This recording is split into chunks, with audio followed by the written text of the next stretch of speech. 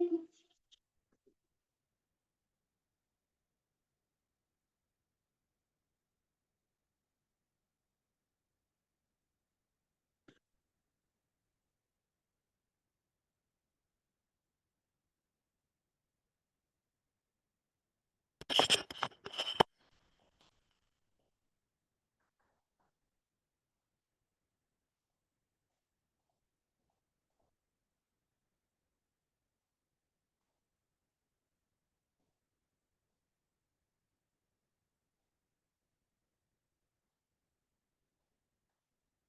hello, tout le monde y m'entend? Est-ce que tout le monde y m'entend? Déjà, faites-moi un signe. Dites-moi si vous m'entendez. Oui, non? Sabrina? Ah, ah. Ok. Virginie? Ouais, moi je Ah, bon, nickel. t'entends. Alors, tout va bien. Salut Véro. Salut, Ouais. salut. Ça va? Ouais, ça y est, j'ai réussi. Bah, j'ai pas réussi de la tablette, mais bon, Oh, j'ai écoute, réussi du l'important c'est que tu portable. sois là. Le reste, on s'en C'est fout. pas grave. On s'en fout. L'important c'est que tu sois là. Bah, nickel. Bon, on va attendre un tout petit peu, on va attendre les autres. Après, il y a des. Comment ça s'appelle? Elodie? Tu as fermé ton micro? Si oui, il faut le rouvrir. Patrick aussi. Déjà savoir, déjà si vous m'entendez bien. Déjà. Patrick, tu m'entends? Oui, Bonsoir. oui, tout à fait. Ok, super. Donc de ce côté-là, tout va bien. Shoot, ça doit être Estelle, j'imagine. Non, moi. Ok. Sabrina, tu Ah, m'entends? on n'entend plus. Ah, bah alors là, pourtant. Hop, Elodie, Virginie, tout ça. Ah, Sabrina, réactivez le son. Et Sabrina, elle a fermé son micro ou pas? Ah oui, elle a fermé son micro. Ok, ok. Coucou Marino! Coucou! Ça va? Bon, on va attendre un petit peu, hein. Parce qu'il est quand même 8h30, le temps de coucher les mômes, tout ça. Mon truc. Finir de manger. Tu peux te brancher bien, Pierre. Ah, mais moi, j'ai pas arrêté, hein. Depuis ce matin, je sais pas, 9h. J'ai même pas mangé. Je me casse. J'ai pas eu le temps. Donc, ah, j'ai tard. Non. Ça va, toi? Niveau boulot, tout ça? Ça va? Marino? Moi? Oui. Oui, bah là je suis en vacances. T'es en vacances? C'est vrai? Il y en a qui ont drôle d'idée quand même, hein?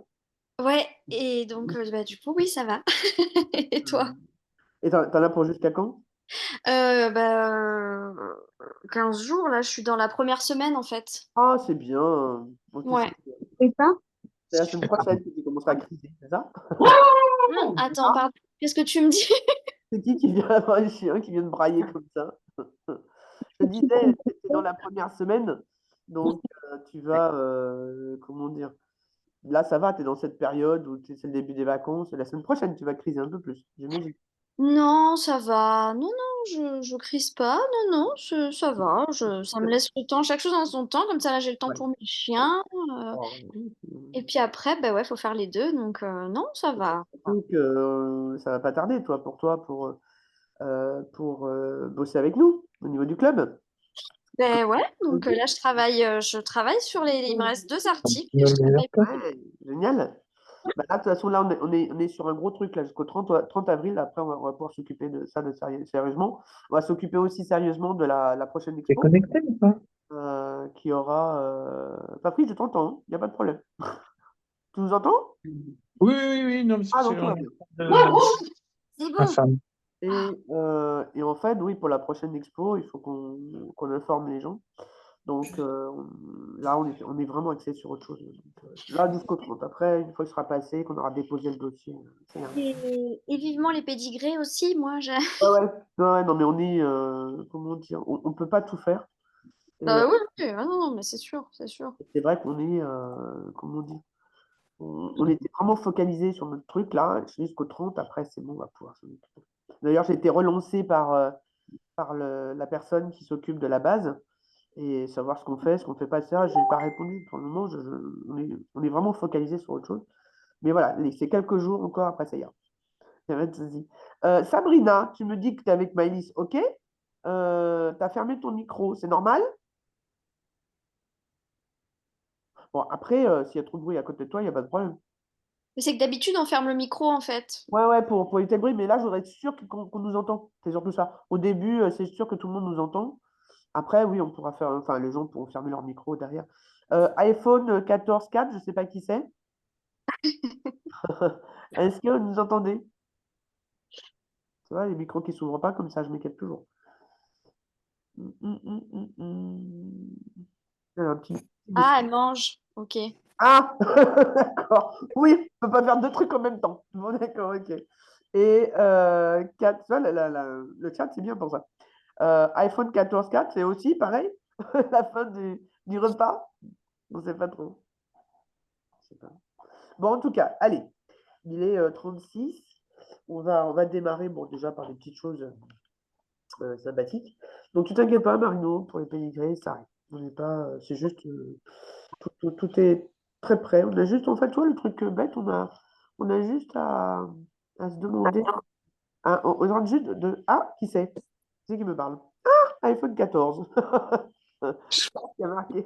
Comment?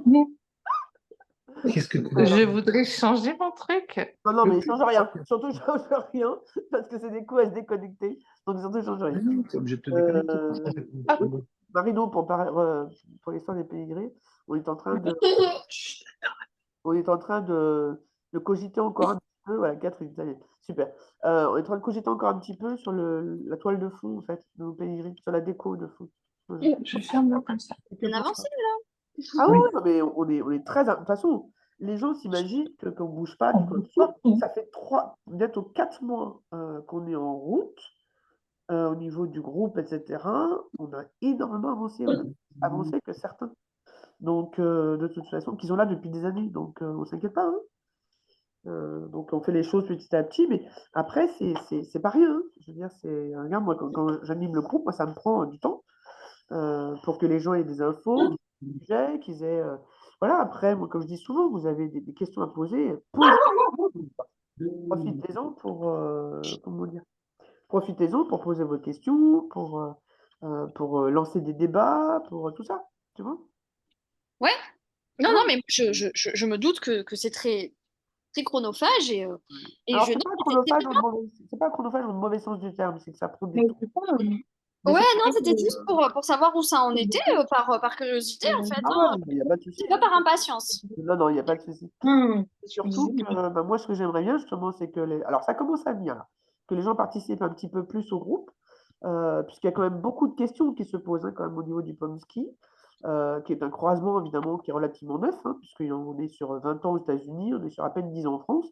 Mm. Donc, forcément, il y a plein de questions qu'on se pose et que les races, par exemple, qui ont 500, 600, 1000 ans, se sont posées, les éleveurs se sont posés probablement à l'époque, hein, voilà. Ouais. Ils ne parlaient pas de test génétique à l'époque, mais en tout cas, ils se sont posés certainement des questions, hein, que les races soient pures ou qu'elles soient croisées, mais en tout cas, donc on se pose les mêmes, il ne faut pas croire, hein.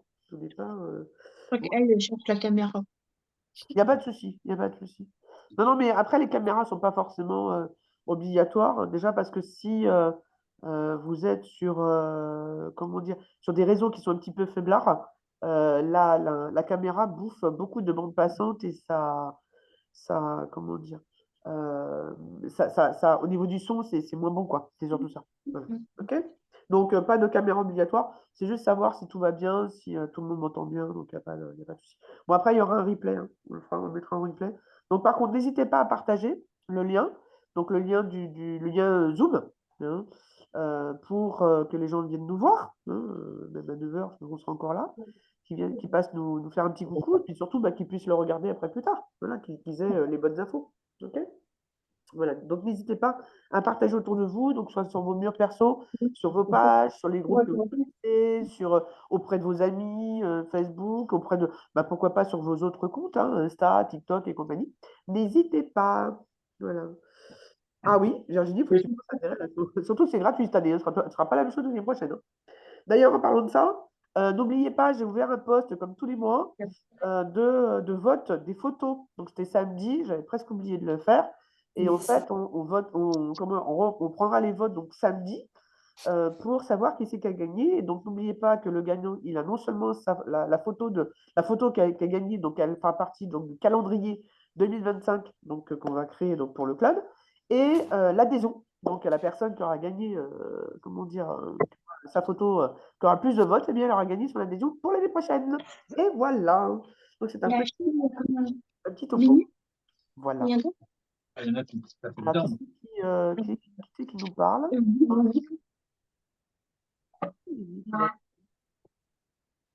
Ok.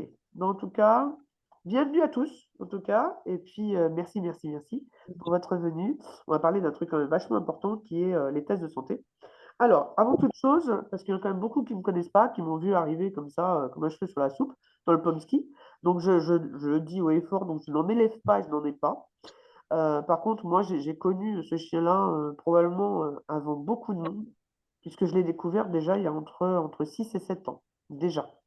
Donc ça veut dire qu'en fait, quand je Ouais. l'ai connu, ça il n'y a pas forcément de l'élever, mais en tout cas, je l'ai découvert. Coucou Lévi!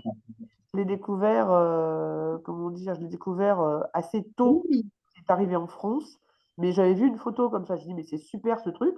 Et dans la mesure où moi, j'étais déjà éleveuse à l'époque de berger Shetland, de chiens berger Shetland, donc depuis 27 ou 28 ans à l'époque, et qui fait que et le Shetland, c'est un croisé de Spitz lui aussi. Donc en fait, j'ai vraiment retrouvé, alors alors un petit peu dans la physionomie, puisque hormis les oreilles droites, la queue en l'air, etc., la physionomie quand même est relativement proche, mais surtout au niveau du caractère que j'ai découvert grâce à mon amie Anne-Sophie, qui est secrétaire adjointe de notre club, et comment dire, qui m'a fait découvrir vraiment en vrai de vrai, quoi. Voilà. Le Pomsky, et dont j'ai adoré le caractère puisqu'en fait, je l'ai vu très très proche de ce que j'avais élevé moi en Shetland. Donc ça a été très surprenant pour moi. Et puis en même temps, ben voilà, c'est très agréable voilà, de me dire que finalement, le Pomsky, si j'aime beaucoup, en fait, c'est peut-être pas un hasard. Voilà. Je sais pas, mais c'est carrément proche du Polinski en caractère. Alors, hormis ça, Bah, moi j'ai élevé du Shetland donc, Ah, pendant. bah, Alors, qui c'est qui parle Sabrina? Non? Il y a quelqu'un derrière qui est en train de mener sa petite conversation. Mhm. Je sais pas. Sinon, il y a un doigt levé. Catherine? Non? Tu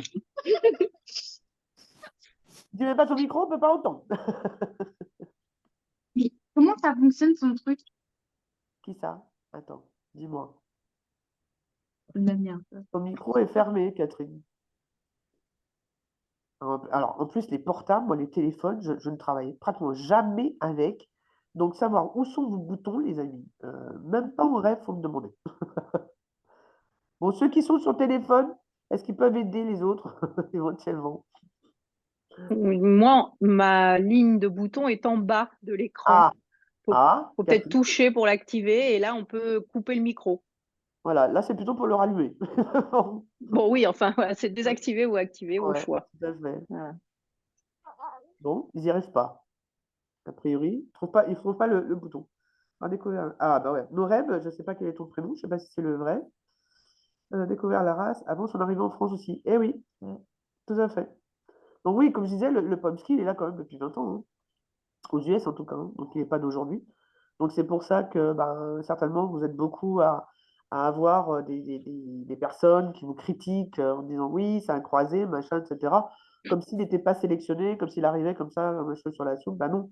Le Pomsky est quand même sélectionné aux US quand même depuis 20 ans, hein, quand même, hein.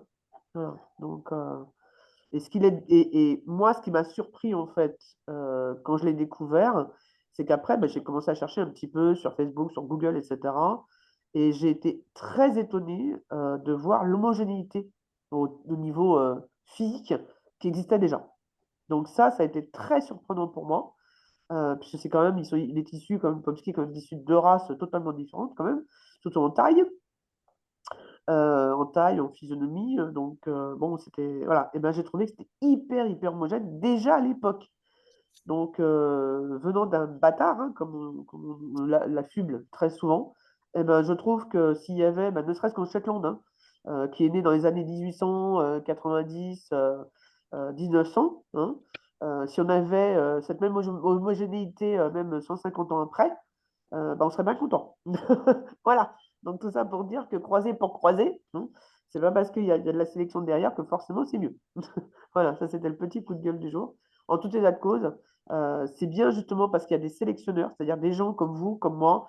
Moi, même si j'en élève pas, même si j'en ai pas, je participe à mon niveau évidemment, en étant présidente du club, Association française du Pomski, mais aussi en aidant les membres ou les non-membres, et en tout cas les membres du groupe, hein, puisque j'ai créé le groupe du même nom, qui a aujourd'hui pratiquement 1300 membres, donc en 4 mois, quoi. Voilà. Sachant qu'il n'y a pratiquement aucune vente de chiots dessus. Enfin, c'est même pas pratiquement, c'est que les ventes de chiots sont interdites dessus. Donc ça veut dire que ce groupe on va dire, il comble un besoin qui est celui d'avoir des informations, de demander des informations, d'avoir des informations sur ce chien-là, plus que ce qu'on croit. Voilà. Et on est très content finalement d'avoir créé ce groupe et de voir que finalement les gens viennent et trouvent ce qu'ils cherchent, c'est-à-dire des vraies infos. Voilà. Donc, moi étant éleveur de Shetland, ensuite, ayant été ex-fonctionnaire, donc ça veut dire que j'ai vécu, entre guillemets, 26 ans dans l'administration, ce qui me permet de connaître beaucoup de rouages de l'administration et notamment pour les éleveurs de pommes-ski. Hein. Donc j'ai remarqué que les trois quarts n'étaient pas dans les clous, c'est-à-dire qu'il y en a les trois quarts qui n'ont pas de sirette, qui n'ont rien, qui ne sont pas dans les clous sur le plan MSA, TVA, installation sanitaire et compagnie. Donc ça, grâce à mon expérience de fonctionnaire, eh bien, je vais pouvoir aider tous ceux qui vont en avoir besoin. Donc n'hésitez pas à me contacter. Ensuite, eh bien, je suis comptable depuis 2011. Donc, j'ai eu mon diplôme un BTS de compta-gestion. Donc, en 2011, et tout de suite, comment dire, enfin, disons que j'étais fonctionnaire, et donc il y a eu le poste tout de suite pour moi en tant que comptable. Donc, je le suis, comment dire, depuis 2011. Voilà. Donc, ça, c'est pour mon parcours à moi. Pourquoi je me suis intéressée au pommes ski? Comme je l'ai dit, parce qu'il est très très proche du Shetland et en physionomie et en caractère. Alors, ne vous inquiétez pas, je parle du nez parce que je suis malade comme un chien. Depuis samedi, j'ai pris froid, une réunion d'entreprise samedi, c'est terrible. Bon. Donc, ne voulez pas de parler un petit peu du nez et d'avoir la voix un peu même beaucoup rocailleuse. Je suis désolée.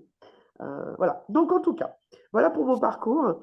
Et pour vous dire en fait que voilà, je suis très très heureuse de pouvoir vous parler aujourd'hui des tests de santé, puisque c'est quelque chose qui concerne toutes les races aujourd'hui, voire même tous les chiens, voire tous les chats aujourd'hui. Hein. On est vraiment sur comment dire, sur un sujet qui passionne et en même temps, enfin qui passionne beaucoup de gens, hein, que ce soit des simples propriétaires ou des éleveurs ou même des gens qui veulent hein, avoir que ce soit du pomski ou autre chose, hein, peu importe. Et c'est vrai qu'aujourd'hui, on est devant des petites incertitudes. Et donc, justement, j'ai voulu faire ce petit live expressément dans le groupe du Pomski. Après, il est ouvert à d'autres, hein, il n'y a y a pas de souci. Mais surtout pour vous, hein, éleveurs et propriétaires et passionnés de Pomski, pour vous donner les infos que certainement vous cherchez. D'ailleurs, les questions se sont posées sur le groupe. Donc voilà. Alors, de quoi on va parler aujourd'hui? Eh bien, on va parler de tests de santé qui peuvent être soit physiques, d'accord, et ça on l'oublie très souvent, soit génétiques. Alors, qu'est-ce qu'on a comme maladie ou comme tare ou comme anomalie chez le pomsky, en tout cas qui peuvent apparaître chez le pomsky, ne serait-ce que parce qu'il est issu d'un croisement donc de deux races, hein, n'oublions pas, qui est issu de husky d'un côté et de spitz nain de l'autre, ou de poméranien, comme on le dit. Ah, il y a eu un bruit, c'était terrible. Ça m'a fait peur, excusez-moi. Donc, ça veut dire qu'est-ce qu'on a? Eh bien, on a les trois quarts du temps des maladies ou des anomalies qui peuvent affecter autre chose comment dire, que ce qu'on peut tester au niveau génétique, d'accord? Ne serait-ce que tout ce qui est hanche, tout ce qui est peau, tout ce qui est yeux, tout ce qui est cœur, tout ce qui est sanguin, tout ce qui est rotule aussi, alors donc tout ce qui est ossature, squelette et compagnie, d'accord? Donc voilà, n'oubliez pas que tout ça, ce sont des maladies ou des anomalies ou des tares qui sont... alors, beaucoup sont génétiques, beaucoup sont non testables, malheureusement, Voilà, donc ça, c'est un peu le problème. Donc, c'est pour ça qu'on fait des tests physiques, justement, pour avoir une vue, on va dire, au moins visuelle, ou au moins, on va dire, comment est-ce qu'on pourrait appeler ça le fait d'avoir un vétérinaire, des examens, enfin, en tout cas, qui pourrait nous dire, ben voilà, votre chien est à tel ou tel stade d'une maladie, d'une anomalie, de ci ou ça, et donc pouvoir prévoir qu'est-ce qu'on va faire. Dans le cadre, donc je fous le bordel, tu vois. Hein? Qui c'est qui nous parle? Maurice. Voilà. J'ai juste dit bonsoir. Bonsoir. Ça va? Ok. Bon, par contre, vu qu'il y a des bruits de fond, il vaut mieux fermer les micros. Ah. Vous aurez la parole, hein, de toute façon, tous autant que vous êtes, il n'y a pas de souci. Si vous avez besoin, vous ouvrirez le micro, vous poserez vos questions, hein. Il n'y a aucun problème de ce côté-là. OK? Ça marche. Alors, et donc, il y a les tests génétiques. Donc, alors, qu'est-ce qu'on a de possible sur le Pomsky qui viendrait éventuellement du Husky et du Spitz? On a plutôt l'état oculaire. Et donc, plutôt l'état oculaire, on a plutôt ça. On n'a pas grand-chose d'autre. Ah si, on a la myélopathie dégénérative aussi, qui est testable génétiquement. Alors, si j'oublie des choses, n'hésitez pas, hein, à intervenir, hein, parce que bon, voilà, je dis je suis malade, donc j'ai pas, en plus, j'ai pas révisé, j'ai pas révisé mes cours avant de venir, donc je le fais de mémoire, tout ça. Donc n'hésitez pas, hein, surtout à prendre la parole si j'oublie un truc, si même à la limite si je dis une bêtise, hein, n'hésitez pas à me reprendre, il n'y a pas de problème. On est là pour ça. Et ensuite, on a des choses qui ne sont pas testables. Donc, on parlait que ce soit physiquement, alors, surtout génétiquement, des choses qui ne sont pas testables génétiquement. Bah, déjà, il y a l'épilepsie. Il y a tout ce qui est, tout ce qu'on doit faire par radio, le cœur, etc. Alors, on parle du chien là, du pomsky là, on ne parle pas d'autres races ou d'autres espèces comme le chat, par exemple, où il y a un test génétique sur le cœur. Voilà, bon. Peut-être que sur le pomsky, il y a possibilité de faire un test sur une maladie cardiaque, je n'en sais rien aujourd'hui. Voilà. Si quelqu'un a fait des recherches ou fait des recherches et c'est un sujet qui peut l'intéresser, pourquoi pas. D'accord? Voilà. Donc, en tout cas, vous avez les tests physiques, la trachée étroite, c'est-à-dire comment dire, ce serait un problème c'est un truc physique qu'on teste physiquement, elle est là. Bah, prends la parole, vas-y. Parce que tu nous parlais tout à l'heure. Prends la parole. Allume ton micro. Je sais pas où tu es. Elle est où, elle est là? Elle est partie. Elle est où? Ah non, elle est là. Mais là, si tu n'ouvres pas ton micro, on ne peut pas t'entendre. Non, mais c'est parce que je fais trois choses à la fois, pardon. J'étais ailleurs. Allez, vas-y. Non, non, c'est parce que bon, après, c'est des histoires tristes et ça arrive à plein de chiens, mais j'ai souvent vu que peut-être les pomsky de petite taille Oui. avaient des difficultés avec la trachée. Il y a une fausse route, là. Récemment, j'ai vu un post sur Facebook, une petite chienne de 2 mois et demi, là, Ah oui, qui mais a fait une c'est 2 mois et demi, fausse route. Mais moi, je vois souvent, il s'étouffe, en fait. Il Voilà, s'étouffe. même adulte, hein. Même adulte. Ouais, Euh, mais alors, ça peut être. Alors, faut faire attention parce que ne pas confondre une anomalie, c'est-à-dire qui est vérifiée soit peut-être par une échographie, soit par une radio quelconque, et un problème qui n'aurait rien à voir avec ça. Genre, si un chien qui s'étouffe, par exemple, c'est peut-être parce qu'il mange des croquettes sèches, par exemple, il bob trop vite, et donc il en prend trop à la fois, et ça l'irrite sur ses croquettes. Ça peut être ça. et je crois qu'il faut couper certains micros parce que c'est horrible, quoi. Mais bon. Oui, coupez vos micros, s'il vous plaît. Ou tu peux les couper, toi, si tu veux, pour donner la parole, parce que c'est vrai qu'on Ouais, ouais, entend plein de bruit de fond. tous ceux qui n'ont pas la Euh, parole, coupez vos micros, s'il vous plaît. Et non, non, c'est parce que j'ai déjà vu ça, des gens qui disaient que oui, chez le Pomsky, mais surtout les petits toy ou mini, en fait, c'est un peu de la race un D'ailleurs, symptôme des petits chiens où en fait, souvent, en peut-être, fait, ils ont un peu de mal c'est possible, alors, hein. je sais pas si c'est déglutir ou quelque chose comme ça, mais En tout cas, il y a voilà. Julie qui nous parle qu'effectivement, chez les Chihuahuas, apparemment, c'est quelque chose qui est connu. Ouais, Bon, bon. le Chihuahua est un petit chien aussi. Il ne faut pas oublier que le Pomsky est issu de Spitz nain, quand même. Donc, un Ouais. petit qui fait entre 18 et 25 cm, quand même. Donc, finalement, ce ne serait pas étonnant, hein. C'est le problème. Ce n'est pas un problème en soi, mais on va dire que c'est le résultat du croisement, hein. Je veux dire, on peut pas, quand on fait un croisement, on prend, comme disait quelqu'un que je connaissais, qui est mort aujourd'hui, on prend l'arbre, on prend les fruits avec, hein. Voilà, Mm. ça c'est classique. Oui, parce que juste tu parlais d'épilepsie, mais ça, j'ai vu que c'était souvent le cas chez les huskies, en fait. Oui, les tout à crises fait. C'est pour ça que d'épilepsie. je parlais de maladies qui pouvaient venir de l'un ou de l'autre, effectivement. Ben oui, voilà. Tout à fait. Ok. Bon, je ferme mon micro. Merci. Ok, pas de souci. En Bah, tout cas, c'est-à-dire merci qu'effectivement, merci pour l'intervention. bonsoir à tous. Noreb, je ne sais pas si c'était ton prénom. Bonsoir tout le monde. Coulivi. Eh, Attends, je Les, réponds juste pro- à la les question. problèmes liés aux petits chiens en ce qui concerne la trachée, hein, en tous les cas, le fait de ne pas pouvoir avaler correctement, c'est vraiment propre aux petits chiens. Pourquoi? Parce que, en fait, euh, ils ont une petite gueule et ils sont surtout, bon, ils sont assez gourmands et Ouais, ils ont tendance, effectivement, au lieu de mâcher, d'avoir tendance plutôt à avaler. ouais, tout à Voilà, fait. c'est juste ce côté-là. Et effectivement, quand on a des chiens issus de croisement, de toute façon, il va falloir repérer deux trucs importants. C'est que, en fonction des chiens, moi je le vois notamment en matière éducative, j'ai beaucoup de chiens issus de croisement, hein, bien sûr, et les chiens, lorsqu'ils ont les caractères morphologiques d'une race, vont développer le côté intellectuel de l'autre chien. C'est très souvent en fait proportionné. C'est-à-dire que si on a des chiens qui vont tirer, j'en sais rien, on va prendre un croisement autre que le Pomsky parce que c'est plus parlant. On prend par exemple un croisement entre un chien de chasse et une autre race, Le Labradoodle, peu par exemple, importe. entre le Labrador et En fonction de leur côté physique, si le chien tire sur le côté physique d'une des races, souvent il a le comportement de l'autre.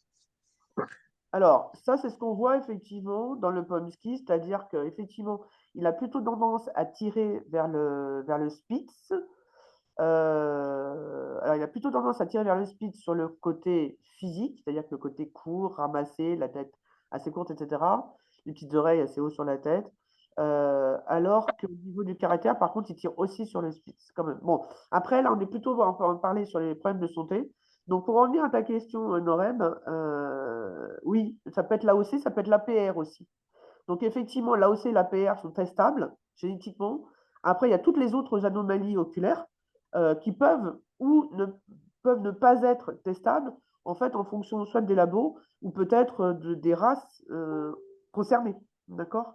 On peut avoir des chiens qui sont testables, par exemple, sur la cataracte, que je connais par exemple au niveau du cocker, je crois, du cocker américain, et qui ne sont pas forcément testables sur d'autres races. Ça peut être ça, hein, mais ça peut être autre chose. Hein. Ok. Donc, effectivement, en fait, ce que je voulais dire, c'est qu'il y a il y a pas de test génétique pour tout. Et c'est là-dessus, en fait, qu'il faut vraiment faire attention. C'est que, justement, comme il n'y a pas de tests génétiques pour tout, ça ne veut pas dire que parce que vous allez tester votre chien sur les maladies ou les tares principales ou sur des choses qui sont connues pour la race ou pour le chien en question, puisqu'on ne parle pas de race au niveau du Pomsky, eh bien, que tout va bien. D'accord. Donc, faites très, très attention à ça. OK. Donc, on a des tests physiques, des tests génétiques et des choses qui sont non testables. Oui, on peut, effectivement, si on veut être large sur les tests vérifiables, bah, effectivement, il faudrait essayer de voir sur vous savez, les packs génomiques, là, de voir si ça peut s'adapter au Pomsky ou pas, d'accord, que ce soit les packs de la SCC ou que ce soit des packs autres. Hein. Il y a beaucoup de labos maintenant qui font des packs, hein, d'ailleurs, qui mettent une centaine de maladies, une centaine de gènes, etc. Alors, peut-être que le test en marque suffit, je ne sais pas. Pourquoi pas? Mais comme tout test, il a ses limites. Hein. Tous ont leurs limites. Il ne faut pas oublier. Hein. D'accord. Déjà, ne jamais oublier qu'ils ont une marge d'erreur.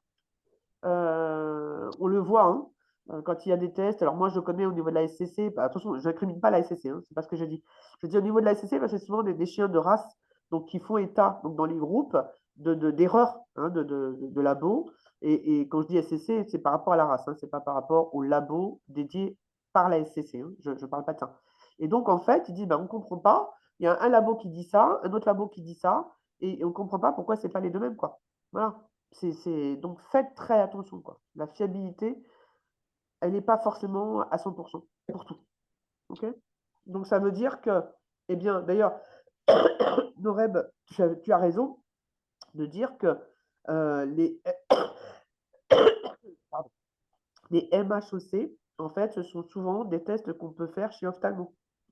Donc, chez des véto-ophtalmo qui vérifient justement alors soit ce qui n'existe pas sur le plan génétique, soit comment dire, qui font, on va dire, approfondir un test génétique qui sera atteint, par exemple. Vous voyez, un chien qui sera atteint de l'AOC, bah, on sait qu'il y a plusieurs stades. Donc, le test génétique ne le donnera pas, ça. Il ne donnera pas le stade. Par contre, en faisant un test ophtalmo, eh bien, le veto pourra dire, ben voilà, il a tel ou tel stade.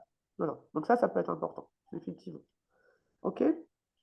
Alors ensuite, quels sont les résultats qu'on peut attendre d'un test génétique là? Après, on parlera des tests physiques. OK? Qu'est-ce qu'on peut attendre? Eh bien, on a 3 solutions. On a soit ce qu'on appelle des CLEAR, donc C-L-E-A-R, donc c'est un mot anglais qui veut dire clair, évidemment, mais dans le sens non atteint, non porteur. Donc, alors, pour les symboles qu'on rencontre souvent, on a soit le plus plus, soit le grand N, N majuscule comme Nathalie, donc grand N, soit un symbole qu'on voit sur les chiens de la SCC, 1.1. D'accord? Voilà.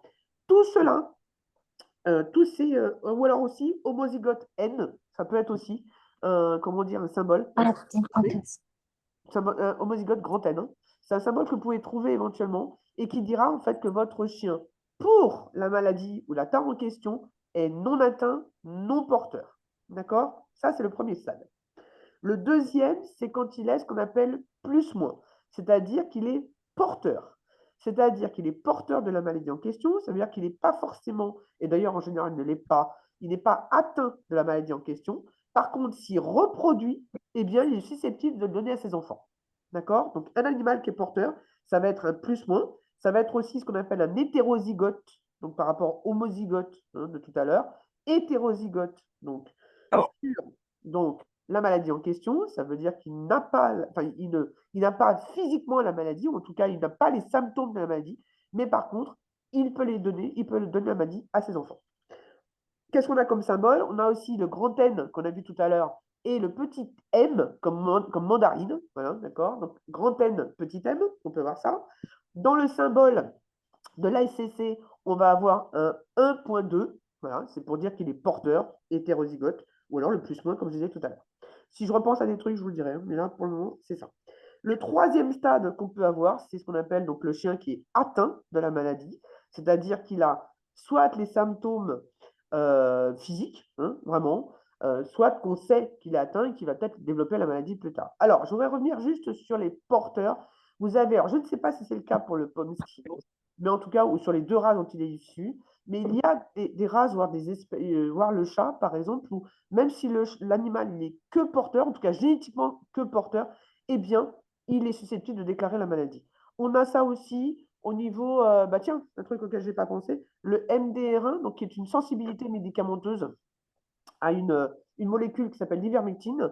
Eh bien, on sait que les chiens qui sont plus-moins sont susceptibles quand même, même en étant que porteurs, ils sont quand même susceptibles d'être sensibles à la molécule. Vous voyez, voilà, c'est 2 exemples qui peuvent vous donner un aperçu de ce que c'est. Bon. Pour les atteints, là c'est clair, je veux dire, là, ce qu'elle veut dire, là, il n'y a même pas à tortiller, hein, d'accord? C'est même pas négociable. L'animal, il est moins, hein, sur les symboles qu'on a vus tout à l'heure. Il est atteint. Pour reprendre les petites lettres qu'on avait dit tout à l'heure, eh bien, il est petit m, donc mandarine, d'accord? Donc, il est atteint. Sur le plan de la SCC, il sera 2.2. D'accord? Donc, ça, ce sont les résultats que vous pouvez attendre. Donc, ça veut dire que si vous faites des tests génétiques, et on parle bien que de tests génétiques, à votre chien, eh bien, vous retrouverez au moins un de ces symboles-là sur toutes les maladies ou toutes les tares ou toutes les anomalies pour lesquelles il sera testé. D'accord? Ok. De toute façon, il y aura un replay, hein, donc ne vous inquiétez pas si vous n'avez pas tout suivi, vous pourrez réécouter éventuellement. Bon. N'hésitez pas si vous avez des questions en cours de route. Donc ça, c'est le problème génétique. D'accord? Bon.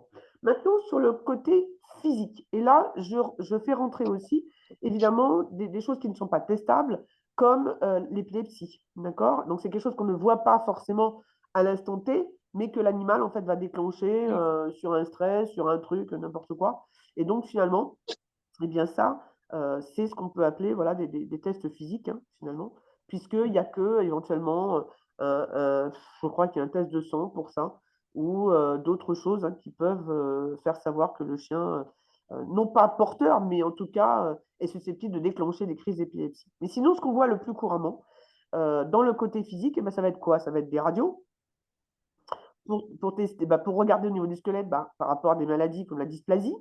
Ça peut être aussi une dysplasie des coudes, parce qu'on parle souvent de la dysplasie des hanches, mais ça peut être une dysplasie des coudes. Voilà. Ça peut être aussi ce qu'on appelle l'électrorétinogramme, donc l'ERG, qui sert à dépister donc, l'APR, donc l'anomalie progressive de la rétine.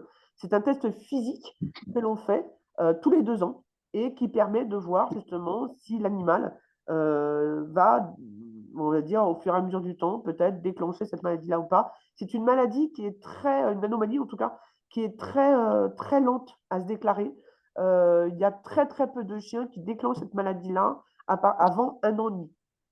Donc, c'est pour ça que c'est comment est-ce qu'on pourrait dire, c'est traître en fait. Voilà. Donc, n'oubliez pas que l'APR, il est présent et chez le husky et chez le spitz. D'accord? Bon. Ensuite, on a tout ce qui est cardio, tout ce qui est cœur. Là aussi, vous faites un écho-doppler, voilà, pour voir s'il n'y a pas déjà une malformation sur le plan cardiaque qui pourrait laisser suspecter que l'animal pourrait avoir, alors peut-être indétectable aujourd'hui parce que le chien, il va très bien, il court, il joue, il fait du sport, enfin, on fait ce qu'on veut, mais qu'en fait, il a peut-être une mini-malformation et qui fait qu'il va falloir faire attention, peut-être lui éviter certains sports, peut-être voilà, des autres choses, et que c'est susceptible de progresser dans le temps. D'accord? Bon.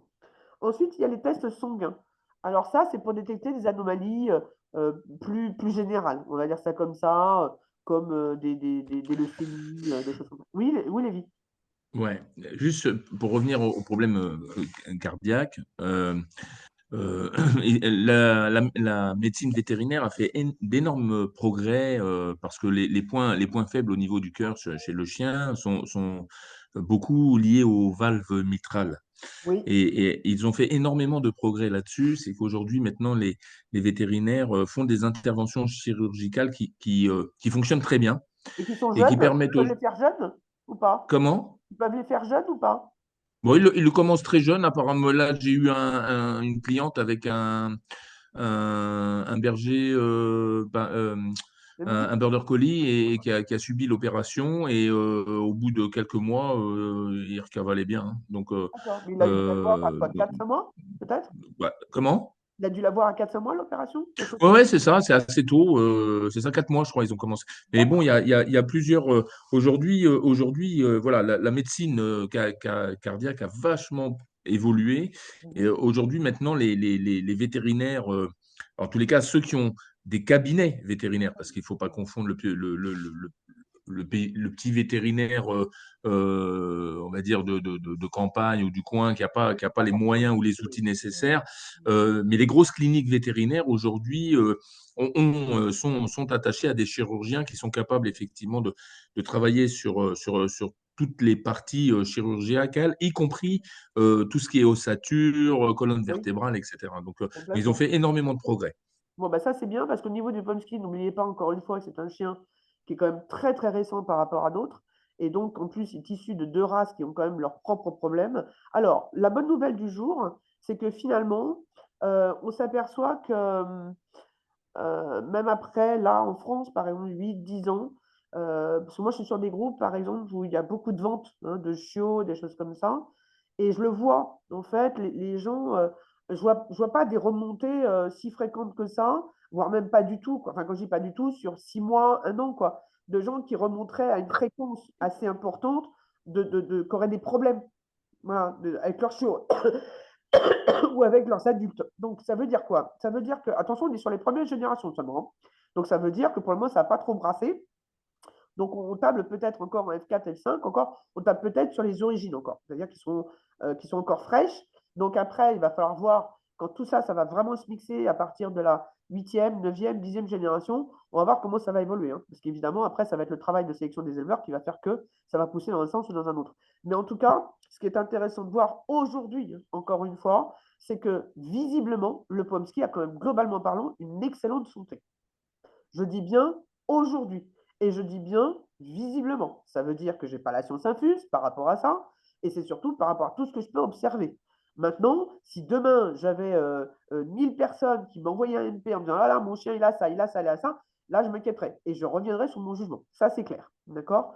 Mais je fais des sondages à droite à gauche de temps en temps, que ce soit moi, on va dire, de vive voix, de visu ou par l'intermédiaire de groupe, par exemple, il n'y a pas grand-chose qui remonte. Voilà. Donc ça, c'est déjà une bonne nouvelle. Mais encore Ouais. une fois, c'est provisoire parce qu'on est quand même qu'à la 4e ou 5e génération. Et donc, forcément, il faut attendre. Hein. Voilà. Ouais, il y a des évolutions et heureusement que ce sont des chiens, en tous les cas dans leur croisement, ce sont 2 races qui sont quand même des races extrêmement robustes. Oui, Voilà, ça c'est important. C'est pas parce que, le Pomeranian, est un chien, petit qu'il est pas solide et robuste et le husky est un chien aussi, extrêmement robuste, physiquement, musculairement et ossaturement parlant. tout à fait. Donc, d'où l'intérêt d'ailleurs, et alors même si ce n'est pas le sujet d'aujourd'hui, mais on va dire que ça peut être une conséquence hein, par rapport à ce qu'on parle aujourd'hui, donc surtout par rapport aux problèmes physiques. Hein, donc je le dis, je le répète et je le mets en garde extrêmement souvent de ne pas faire reproduire des pommes-ski trop petits, quoi. Je veux dire, à un moment donné, on fonce vers le nanisme et forcément avec le nanisme apparaissent toutes les tares qui vont avec. Donc faites extrêmement attention, puisque avec le trop petit, on arrive avec des chiens qui sont, entre guillemets, pas finis, c'est-à-dire qu'évidemment, par exemple, il n'y a pas assez de place pour quelque chose, le cœur peut-être, je ne sais pas, des membres qui ne sont pas emboîtés. Attention, j'extrapole, hein, je grossis exprès. Hein. En tout cas, peut-être des membres qui ne sont pas emboîtés de la bonne façon, parce que justement, il n'y a pas assez de place, etc. Vous voyez, le prognatisme, par exemple, prognatisme, il y a un décalage de mâchoire. Il ne faut pas oublier que le prognatisme, c'est un défaut de squelette. Ce n'est pas un défaut juste des dents qui ne se touchent pas. D'accord? Donc, donc, les manques de dents, c'est pareil. Le manque de dents, en fait, vient du fait que la mâchoire, souvent, est trop petite, quoi. À un moment donné, il n'y a pas assez de place.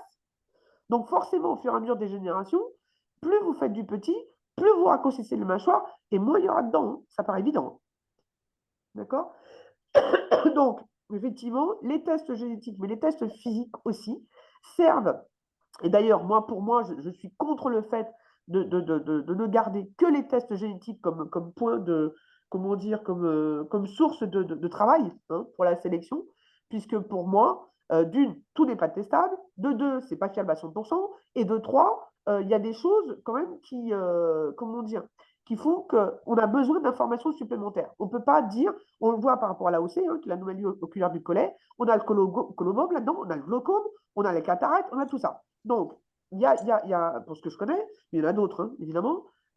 Et en fait, finalement, le test de l'AOC, il va nous dire juste si le chien il est atteint, il est porteur ou il n'est pas atteint. Et c'est tout, quoi. Voilà. Donc, pour moi, au niveau de la sélection, surtout, alors oui, ça coûte cher, hein, attention. Bon, maintenant, n'oubliez pas que quand vous faites vos tests, vous savez que vous les ferez sur vos reproducteurs, vous les ferez qu'une fois. Hein. En tout cas, pour des choses qui sont génétiques.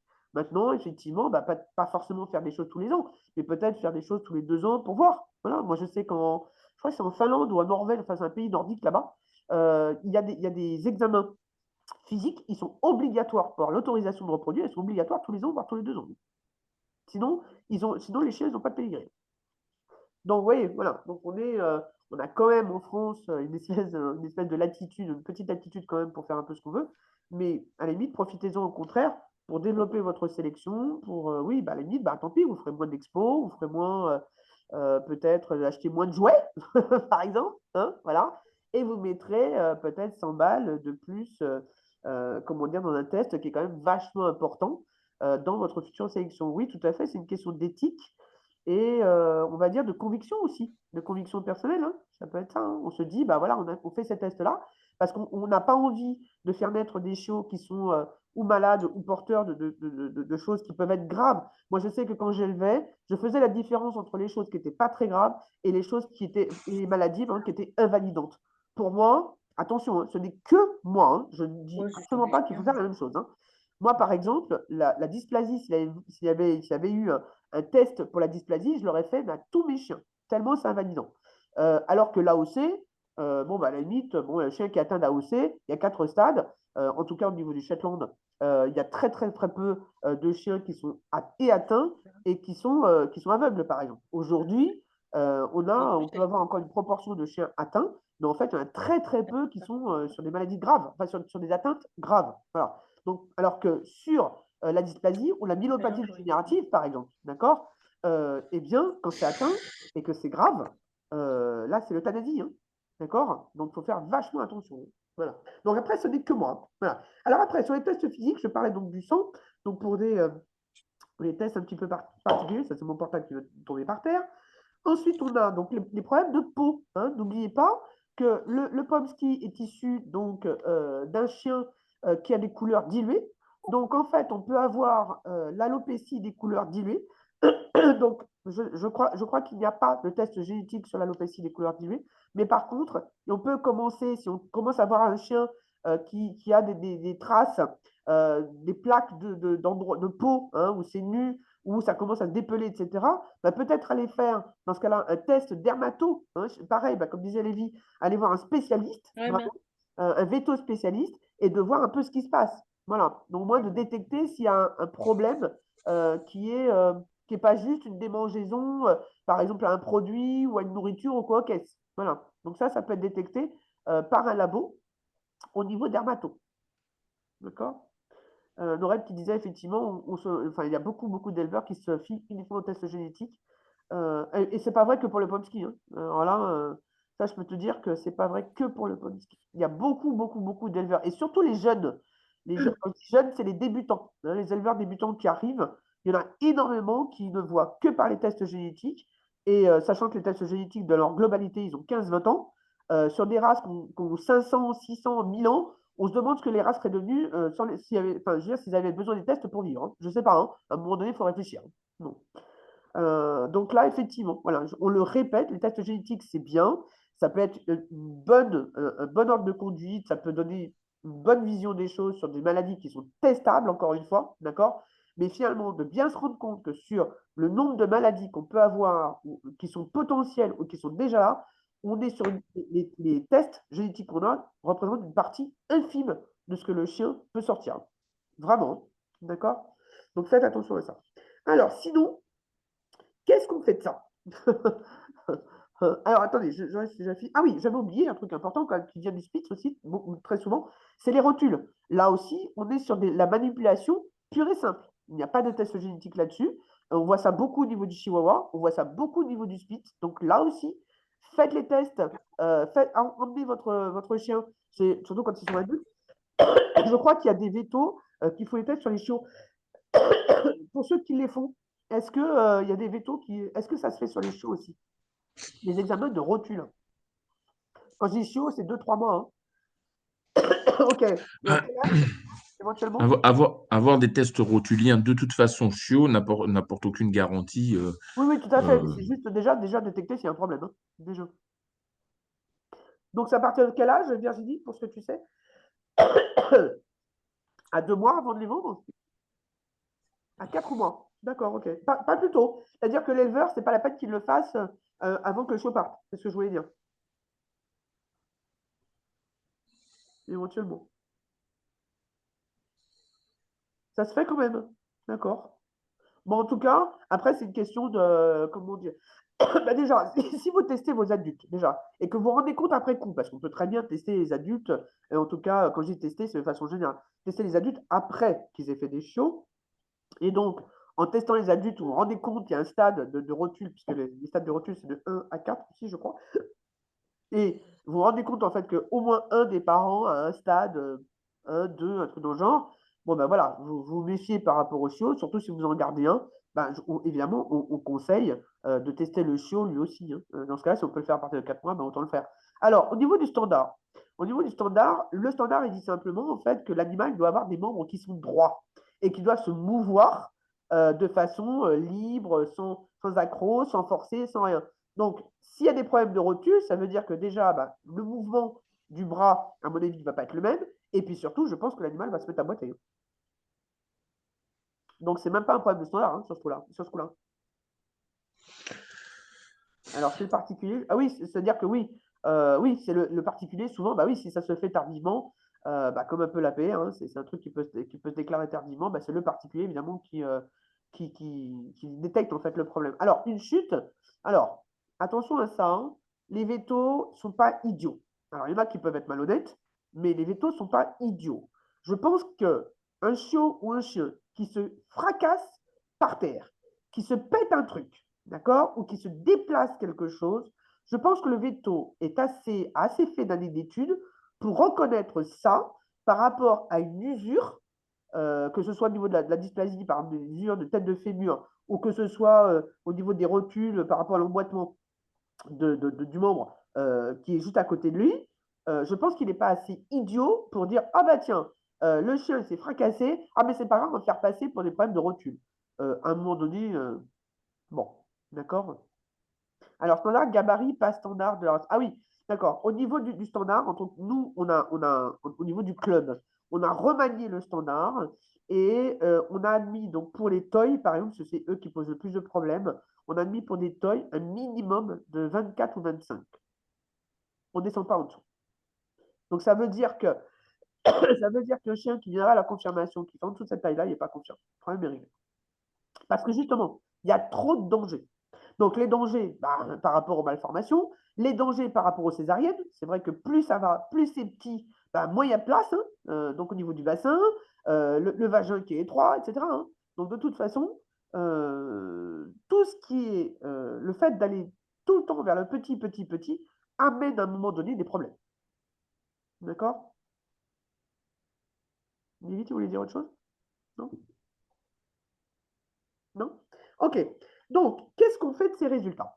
Eh bien, quand on a des tests génétiques, on a 3 stades. Donc, on a dit plus, c'est-à-dire le chien qui est non atteint, non porteur.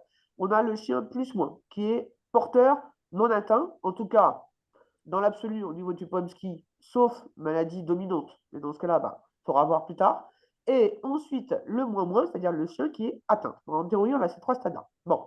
Et donc, à partir de là, il faut connaître ce qu'on appelle les règles de T, hein, ce qu'on fait, les petits tableaux là qu'on fait. Bon, là, je ne vous en ai pas montré.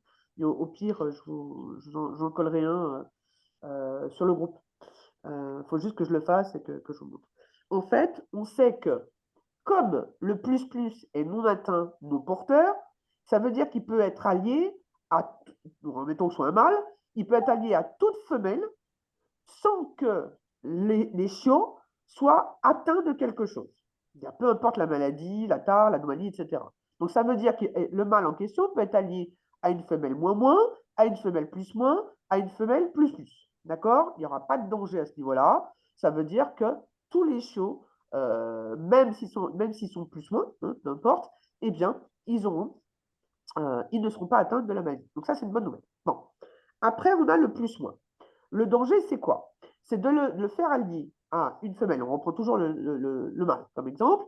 Ce mâle-là, plus moins, l'allier avec soit un plus moins comme lui, soit une plus moins comme lui ou une moins moins, eh bien le danger, c'est de faire produire des chiots qui seront moins, donc qui seront atteints. D'accord? Donc en théorie, un plus moins, on le met, si possible, que sur du plus plus. D'accord? Pour être sûr de d'avoir en tout cas que soit des plus plus, soit des plus moins. C'est-à-dire soit des non atteints non porteurs, soit que des porteurs. Voilà. Ensuite, on a le moins, le mâle moins. Donc déjà, c'est très très rare. Alors, je parle des autres races. Hein. C'est très très très rare que les éleveurs gardent un mâle qui soit moins, tout simplement parce que pour les utiliser derrière, c'est la croix et la bannière. D'accord?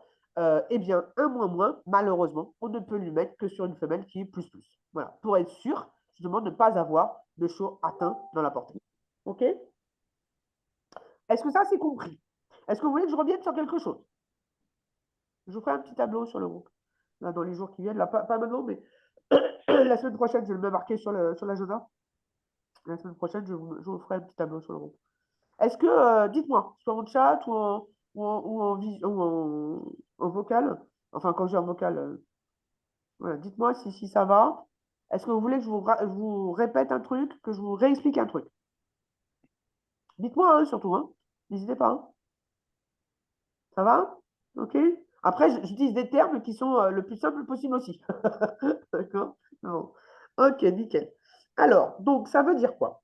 Ça veut dire que finalement, là, on est sur le côté résultat, on est sur le côté bah, qu'est-ce qu'il faut faire, je dirais, quand on a tel ou tel résultat. Alors, évidemment, si c'était aussi simple, bah, ça se saurait. Bon, ça veut dire quoi?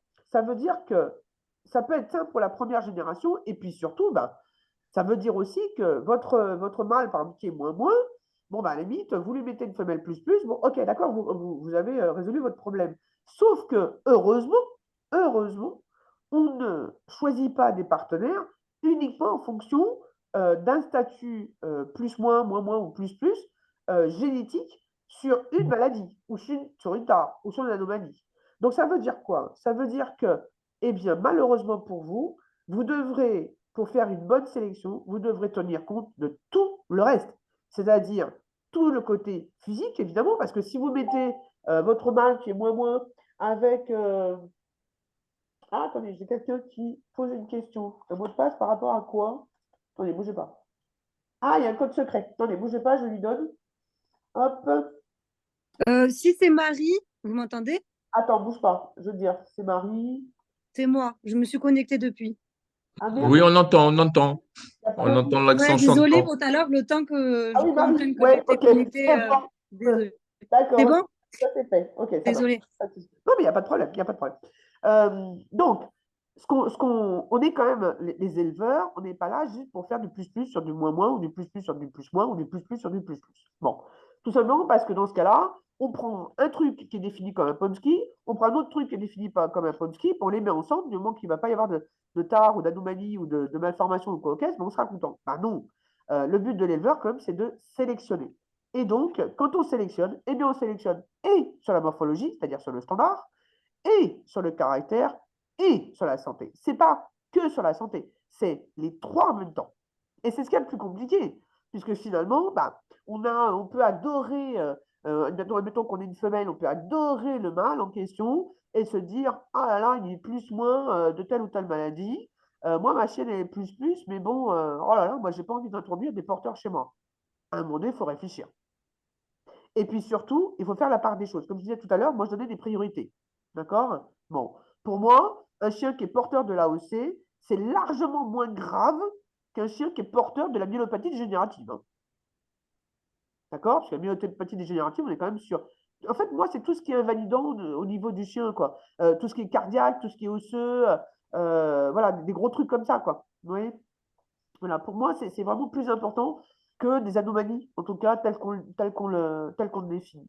Donc, si moi, j'avais le choix, j'ai une femelle, par exemple, qui est porteuse de l'AOC, et puis par contre, elle est aussi porteuse de la MD, donc de la myélopathie dégénérative, bah, même si le mâle, à la limite, il est AOC plus moins, c'est-à-dire que je suis susceptible d'avoir des chiots atteints en anomalie oculaire, eh ben, je préférerais ce mâle-là s'il coche toutes les cases sur le plan caractère physique, mais s'il est plus de myélopathie, ben, je prendrais plutôt ce mâle-là parce que au moins je garde toutes les chances de mon côté pour que mes chiots, eux, soient pas atteints de la myélopathie. Quoi. Parce qu'en plus, c'est une maladie, c'est pareil, hein, c'est une maladie qui peut se déclencher beaucoup plus tard. Hein. Mais c'est une maladie extrêmement invalidante. Hein. D'accord? Donc là, votre but en tant qu'éleveur, et surtout en tant qu'éleveur sélectionneur, eh bien, vous devez ne pas tenir compte que, évidemment, des tests de santé, mais aussi de tout ce qui fait que votre chien, votre chienne, votre chien, ou celui du voisin, enfin celui que vous utilisez, en tout cas, ressemble à un Pomsky. Surtout que n'oubliez pas qu'on est quand même sur du croisement. Donc, c'est d'abord, en théorie, le standard, hein, évidemment, en tout cas celui qui a été défini, moi, pour moi, les membres de notre club, évidemment, ce sera le nôtre, bien sûr. En tout cas, il est plus précis, hein, il est plus détaillé que le standard d'origine, qui est encore celui des États-Unis d'ailleurs. Mais en tout cas, il est plus clair, il est plus précis, plus détaillé. Mais en tout état de cause, ce qui est important à comprendre, c'est ça.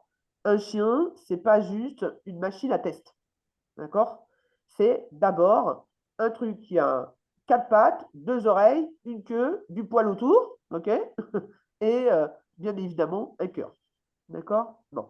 Donc, votre boulot en tant que sélectionneur, c'est de prendre en compte le plus possible, évidemment. Salut Lévi. C'est de prendre en compte le plus possible comment dire, les paramètres physiques, caractériels et sanitaires. Quand je dis sanitaire, c'est de santé. OK? Bon. Ça, c'est sur le plan génétique. Sur le plan physique, malheureusement, c'est beaucoup moins simple. C'est-à-dire qu'en fait, bah, évidemment, si on a la dysplasie, par exemple, on a 5 stades, donc qui va de A à E. On a donc la dysplasie des hanches. On a la dysplasie des coudes qui va de 0 à 4, je crois. On a l'anomalie oculaire du collet, donc qui va de 1 à 4 aussi, etc. Bon, le problème comment dire, on a oui, au niveau du cœur, on a 6 stades aussi. Rotule, on a 4 stades. La peau, je ne sais pas.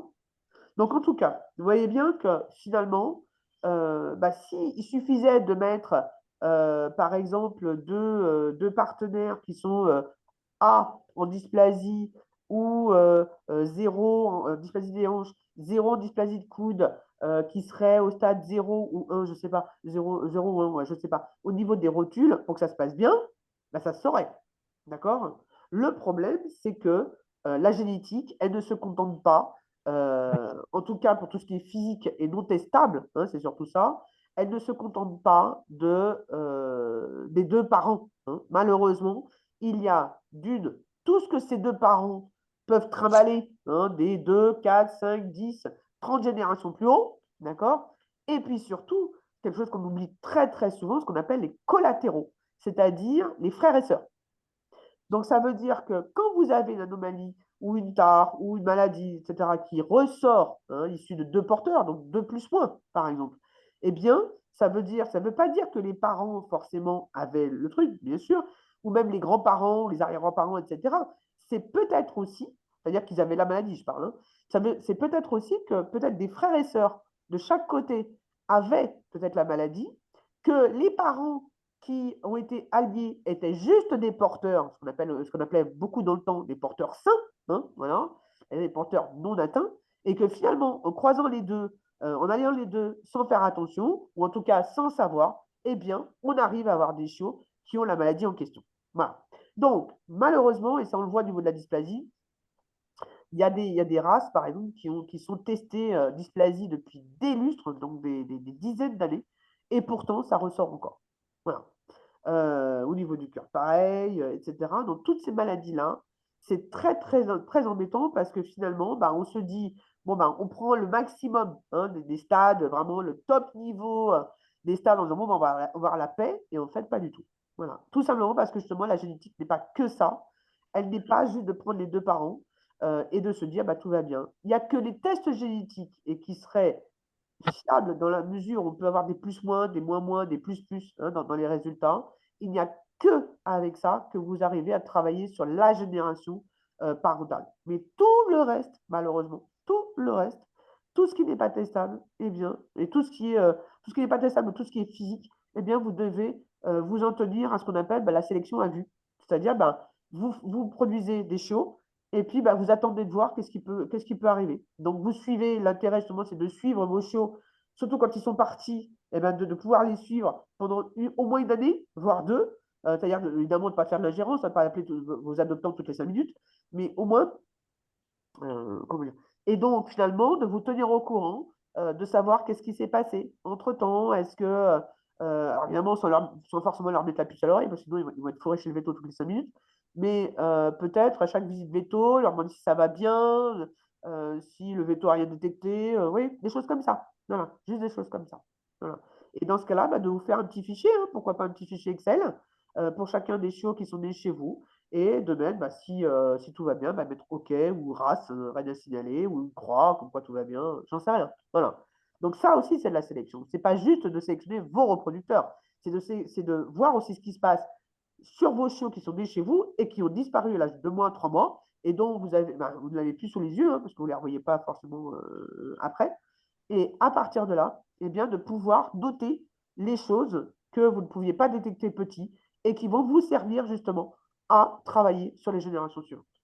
D'accord? Ça veut dire que, par exemple, si vous avez une maladie qui est arrivée, ou par exemple un stade de dysplasie des hanches qui est assez élevé, vous savez que le mariage, il ne faut plus le refaire. Hein. Ça, c'est évident. Hein.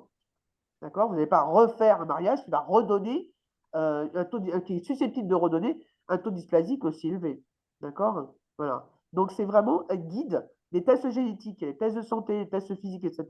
On l'a aussi pour d'autres choses, hein, mais surtout dans le domaine de la santé, n'oubliez pas que ce soit des tests génétiques ou les tests physiques, ils sont là pour vous guider dans votre sélection, pas juste pour produire. OK?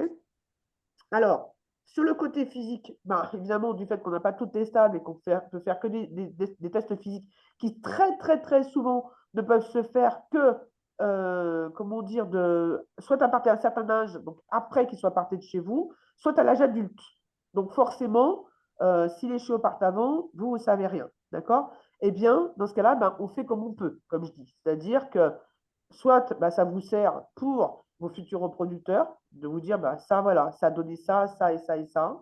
Soit, bah, s'il y a des femelles, par exemple, qui sont nées chez vous, qui reproduisent pour vous, eh bien, d'être encore plus attentif et surtout sur les alliances que vous allez faire avec elles.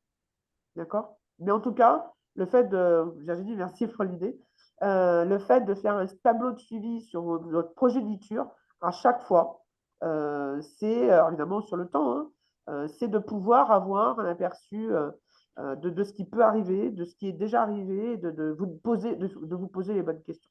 D'accord? Ensuite, eh bien, quand on a les tests génétiques qui vous donnent des résultats, eh bien, justement, ça vous permet de faire les alliances qu'il faut bien, mais encore une fois, de ne pas tout tabler là-dessus, hein. Mais ça vous donne déjà une bonne idée, pas forcément de ce qu'il faut faire à 100%, mais surtout de ce qu'il ne faut pas faire. Ça, oui. Ça peut être un bon guide. D'accord? OK? Est-ce qu'il y a des questions? Que ce soit de vive voix ou que ce soit. Sylvie, je t'ai vu arriver. Je sais que tu es là. Est-ce qu'il y a des questions? Est-ce que sur ce que je viens de dire, est-ce que peut-être vous avez fait des choses, vous? Est-ce que ça vous interpelle par rapport aux futures alliances? Peut-être j'appelle ça, des situations perso, hein, voilà. Des situations où vous pouvez expliquer soit ce que vous avez envie de faire, soit ce que vous avez déjà fait, des expériences, donc vous pouvez, comment dire, vous pouvez nous faire part. Ça peut être ça. Est-ce qu'il y a quelqu'un qui veut prendre la parole? Déjà. Soyez pas timide. Je ne sais pas vous manger. Alors, Catherine qui essaie de parler, mais il y a son micro qui n'est pas ouvert. Non, elle est en train de parler avec son conjoint. Je ne sais pas ce qu'elle fait. D'accord. OK. Est-ce qu'il y a quelqu'un qui veut parler? Je regarde. Ah, il y a Boris, comment dire, la conjointe peut-être qui est au téléphone. Voilà. Leïla, Virginie, Estelle, Sabrina, des questions? Est-ce qu'il y a des choses qui vous viennent? Des choses dont vous avez envie de nous parler, hein, tout simplement, hein. C'est pas forcément. Peut-être même que vous avez vu chez d'autres éleveurs ou chez d'autres propriétaires. Attention, on n'est pas là pour faire de la délation, hein, donc on ne veut pas des noms, hein, bien sûr. Non, non, pas de question, rien de particulier. C'est vrai que moi, c'est ma première pomski, donc j'ai pas beaucoup de D'accord. recul, hein. Je suis pas éleveuse. Tu Maintenant, bon, penses faire une portée?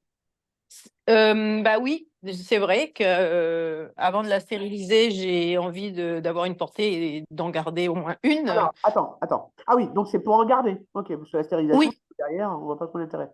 Ok, non, d'accord. mais non, parce que après, je suis pas éleveuse et je serai pas éleveuse, quoi. Voilà, c'est enfin professionnelle ou. Légalement parlons, tu es éleveur de ta première portée, hein. Oui, ça, j'avais compris, je sais. Mais bon, voilà, non, mais dans l'optique, c'est pas de faire plusieurs portées. Voilà, D'accord. mais non, ce que je vois, c'est vrai qu'ils sont plutôt costauds. Bon, moi, elle est très suivie parce que, bah voilà, hein, c'est mon bébé et voilà, je fais attention à tout. Quoi comme catégorie de taille? Attends, Elle fait celle que vous combien? n'aimez pas, cette Ah non, catégorie que mais vous n'aimez attends, pas. est-ce que j'ai dit que je n'aimais pas? J'ai dit que Si, partout on sur les garde, posts, je vois, non, les toys, c'est trop petit, il faut des mini. Non, mais bon. on garde. Après, mais de toute façon, la catégorie existe. Et même, je vais te dire encore mieux que ça, d'accord? Aux US, les toys, ils sont en dessous de 25. Ah ouais. D'accord? Tu vois? Donc, voilà. Donc, c'est pour dire. Donc, c'est pas le problème. Moi, mon rôle à moi, en tant que déjà éleveur sélectionneur de Shetland, et donc éleveur sélectionneur, mais en tout cas de guide de sélection pour vous, les éleveurs de Pomsky, c'est d'essayer de ne pas faire n'importe quoi. Bon, donc, si tu as une taille, et donc elle fait combien en taille? Tu le sais? Oui, oui, oui, parce qu'elle a participé à une exposition, voilà, chercher le Ok, mot. très bien. Euh, Normalement, elle a été mesurée à 30,5. Bon, ben voilà, donc elle n'est pas trop petite, donc c'est une taille, elle Mais porte non, dans le standard, elle est bien. oui, oui, oui, non, non, elle est bien. Voilà. Elle est parfaite, mais bon, c'est la maman qui parle. Mais nous aussi, on est tous parfaits, on le sait. Oui, oui, oui. Non, mais après, c'est vrai que on adore nos chiens, qu'ils soient plus ou moins beaux. De toute façon, nous, on les trouve beaux. Bon, et c'est Ouais, vrai que par rapport aux éleveurs, c'est bien qu'il y ait un standard, bien sûr. sachant que parfois, en fait, ce que je vois sur les standards des différents clubs, hein, c'est des standards qui s'adaptent plus, je trouve, à la taille mini, voire taille standard. Parce Alors, que moi, je dirais les choses autrement. C'est qu'en fait, la taille mini est probablement, je dis bien probablement, on n'a pas assez de recul par rapport à ça, et probablement la taille qui ressort le plus. C'est-à-dire que, comme en plus, il y a des gens, et même si moi aujourd'hui, bon, c'est pareil, il faut que je fasse un post.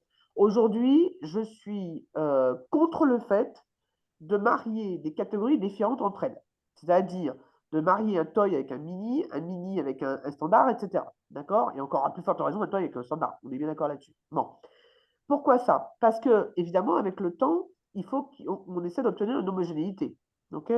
Donc, si on continue à allier des tailles différentes entre elles, évidemment, on ne pourra jamais avoir cette homogénéité. D'accord? hmm, D'ailleurs, on le voit bien sur le Spitz, le caniche. Qui c'est qui est comme ça aussi? Il est taille différente. Hein. Qui c'est qui a ça aussi? Le Schnauzer aussi. D'accord? Le Pinscher, évidemment. Tous ces chiens-là, ils ont leur propre catégorie. Et d'ailleurs, au niveau des récompenses, ils ont les leurs, quoi. Vraiment. Euh, mhm. donc, d'ailleurs, dans le temps, c'était tout allié, on va dire, non au niveau des tailles, mais au niveau des récompenses là, parce qu'il n'y avait pas beaucoup de sujets hein, par catégorie de taille. Mais là, au fur et à mesure du temps, avec la progression du nombre de naissances hein, pour ces chiens-là, eh bien, au fur et à mesure, ils ont eu même carrément leur race. Hein, voilà, donc, on est, carrément de comment est-ce qu'on dit? Ça a été pas départagé, mais ça a été séparé, vraiment. Et qui fait que finalement, bah, chaque catégorie de taille lui est vraiment propre, quoi. Tu vois? Voilà. Donc Mm. ça c'est important parce que finalement, tu vois, la question, tu vois, le truc que tu me disais, on n'aime pas les toits, etc. Je vois pas pourquoi. Je veux dire, on aime une race pour ce qu'elle est. D'accord? Bon, en l'occurrence, sur le Pomsky, on ne parle pas de race, mais peu importe. OK? Donc, pour ce chien-là, on sait qu'il y a 3 catégories de taille qui viennent du Spitz, d'ailleurs, donc ça, on le sait. Et donc, a priori, que ce soit les Américains ou un peu partout en Europe, ils veulent garder ces tailles-là. OK? Enfin, ils veulent garder le fait qu'il y ait 3 tailles. Ce que je comprends très bien. D'accord? Bon. Mais à côté de ça, on ne peut pas dire. Enfin, si on n'aime pas une catégorie de taille, ben, en plus, moi, encore une fois, je l'ai dit dès le départ, je n'élève pas et je n'en ai même pas. D'accord? Bon. Donc, aimer ou pas, ce n'est pas mon rôle, si tu veux. Par contre, le fait de ne pas aimer une taille, mais ça, tu le vois dans toutes les races. Un schnauzer, les gens vont préférer un schnauzer moyen parce qu'ils vont plus, ils vont penser que, à juste ou mauvaise raison, hein, peu importe, que ce sera mieux pour faire de la rando, par exemple. Et puis, ils vont prendre un schnauzer géant s'ils veulent faire un chien de garde, par exemple. C'est sûr que quelqu'un qui veut un chien de garde à la maison, il va avoir du. Enfin, je ne le vois pas prendre un petit schnauzer nain pour garder la baraque, quoi. D'accord? Ok? Bon. Non, non, On est juste sur des goûts, des couleurs, hein, sur ce coup-là. Hein. C'est tout. Hein. non, non, non, non, mais bon, c'était un peu pour pousser dans les retranchements, dans le sens où c'est vrai que parfois, je vois, enfin, beaucoup une préférence pour le mini, par exemple. Ouais. Je dis ça parce que, bon, c'est ni trop gros, ni. Ouais, Enfin, voilà, c'est ça tout à passe fait. Hein. partout, et voilà. Mais c'est possible que ce Mais, soit ça. c'est vrai que, par exemple, sur le standard du toy, on dit oui, il faut qu'il ait le museau long, qu'il ait ci, qu'il ait ça. Mais en fait, vu sa taille, quand ils font 30 centimètres, c'est difficile d'avoir les mêmes critères, je dirais, esthétiques Mm. que sur un mini ou sur un standard. Parce que Ah bah, bah, alors justement, là, tu on a pointes du doigt. raccourci les. Alors là, tu pointes du doigt quelque chose de très intéressant. C'est-à-dire qu'effectivement, du fait que c'est du toy et que le toy se rapproche, je dis bien se rapproche du Spitz nain sur le plan conformation, d'accord? Bah, c'est le gros danger. C'est que les gens qui ont des toys, en fait, ils n'ont plus des mini husky, ils ont des Spitz avec des couleurs de husky. Mhm. Et oui. Ouais. Or, le Pomsky n'est pas un Spitz. Mm. Donc, effectivement, à toi, alors même en tant que particulier aujourd'hui et qui va faire ta portée, hein, quelle que soit la raison, quel que soit le moment, etc., tu vas faire ta portée eh bien, ton rôle à toi en tant qu'éleveur, c'est de ne pas te dire, bah, je vais mettre du toy sur du toy parce que, bon, pour faire des petits machins, des petits bouts de chien qui vont ressembler à des spitz avec plein de poils, etc. Non, ton rôle à toi, c'est même dans ta petite partie, donc d'avoir une portée dans la vie de la chienne, c'est de faire en sorte d'améliorer, alors j'allais dire la race parce que c'est vrai pour les autres races, mais on va dire ça comme ça, allez, d'améliorer même le type, hein, on va dire ça comme ça.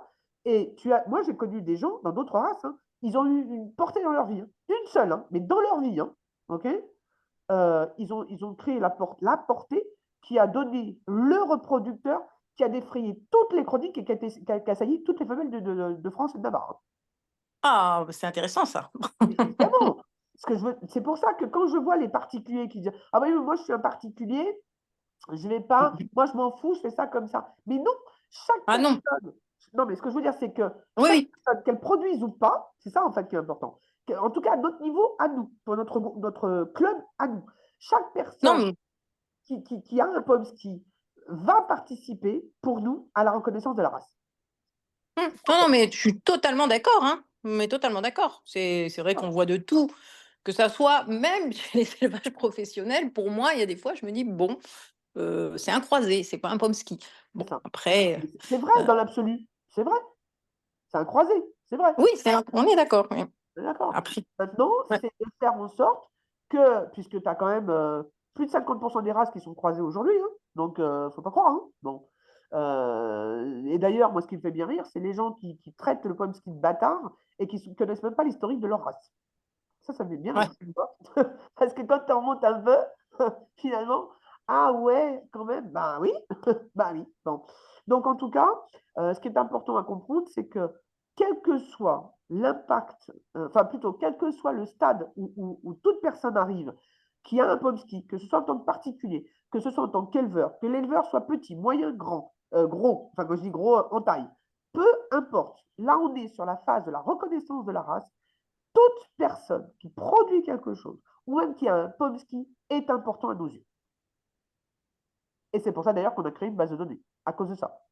Parce que Mhm. justement, on veut introduire dans cette base tous les chiens que les gens voudront bien nous donner avec des caractéristiques et qui servira d'ailleurs à faire une étude après, hein, évidemment, sur comment dire, sur soit des anomalies ou pas, hein, ça peut être des qualités, ça peut être des choses comme ça. Ça peut être la couleur des yeux qui apparaît, je ne sais pas, hein, ça peut être n'importe quoi, les tailles, ce qu'on veut. Et en fait, on va se servir de ça pour justement faire une étude et voir comment, d'ici 1 an, 2 ans, 3 ans, on ne sait pas, comment justement le Pomsky a pu évoluer, justement. Et ça, on ne peut le faire qu'avec des stats. Hein. On ne peut pas faire autrement. Hein. Tu vois. Donc, tu te rends bien compte qu'un particulier qui a peut-être un super chien, et ça, je le dis, et c'est vrai même dans toutes les autres races, on a des particuliers qui ont des super chiens entre les mains, ils savent même pas, enfin, ils le savent même pas, quoi. C'est un truc de ouf. Ils le savent même pas. Et on les découvre par hasard, quelquefois, ils se pointent à une expo, alors je parle des races classiques, ils se pointent à une expo pour le faire confirmer, et on découvre la 8e merveille du monde, quoi. En fait, voilà. Donc, il y a plein de particuliers, bah, tout simplement parce que l'éleveur, déjà, bah, il ne peut pas forcément choisir le top niveau, il n'est pas devin, donc, bon, pour peu qu'il soit. Pas évident, hein. Ouais, c'est Quand pas ils sont évident. bébés, de Ouais, voir ce que ça rend. Hein. exactement. C'est pas toujours gagné hein, de On est savoir. bien d'accord, on est bien d'accord là-dessus. Donc, ce qui Mm. fait qu'effectivement, comme on n'est pas devin et que même avec la meilleure volonté du monde, en regardant bien, en les regardant depuis leur naissance jusqu'à 2, 3 mois, on arrive quand même à se planter, d'accord. Eh bien, on retrouve des chiots qui sont chez des particuliers, du coup, voilà, et que quand on les revoit quelquefois 9, 10 mois, 1 an, on se dit, purée, pourquoi je ne l'ai pas gardé. Voilà, bon, ça c'est autre chose. Mais en tout cas, il y a beaucoup, beaucoup de particuliers qui ont des super chiens, et c'est pour ça que je fais un appel, justement particulier, montrez-vous, quoi. Venez aux expos. Voilà, nous, on organise quelques-unes. On a la nôtre, d'ailleurs, qu'on organise le 9 juin, je le rappelle. Donc, à Saint-Martin, non, Moulin-la-Marche, pardon. Moulin-la-Marche, qui est dans le 61, donc qui est en Normandie. Donc, le 9 juin, on fait une expo en plein air, tout ça, mais il y aura des choses couvertes cette fois. Donc, ce sera super. Enfin, on a montré des photos, des vidéos, c'est super beau. Donc, venez, venez, venez, venez. Vous êtes un simple particulier, venez. Vous êtes un éleveur, venez. Vous êtes un futur éleveur ou même un futur particulier, donc qui vient en visite, venez. Voilà, venez nous voir. Vraiment. On a plein de gens qui adorent donner des infos, qui seront là toute la journée pour vous renseigner, qui seront ravis de papoter avec vous. Vous aurez peut-être même l'occasion de, comment dire, peut-être l'occasion de peut-être de découvrir des frères et sœurs du vôtre, enfin des trucs comme ça, hein, ça peut être ça. Ou l'éleveur de découvrir, de redécouvrir justement des chiots qu'il a fait naître, hein. Ça peut être ça, hein.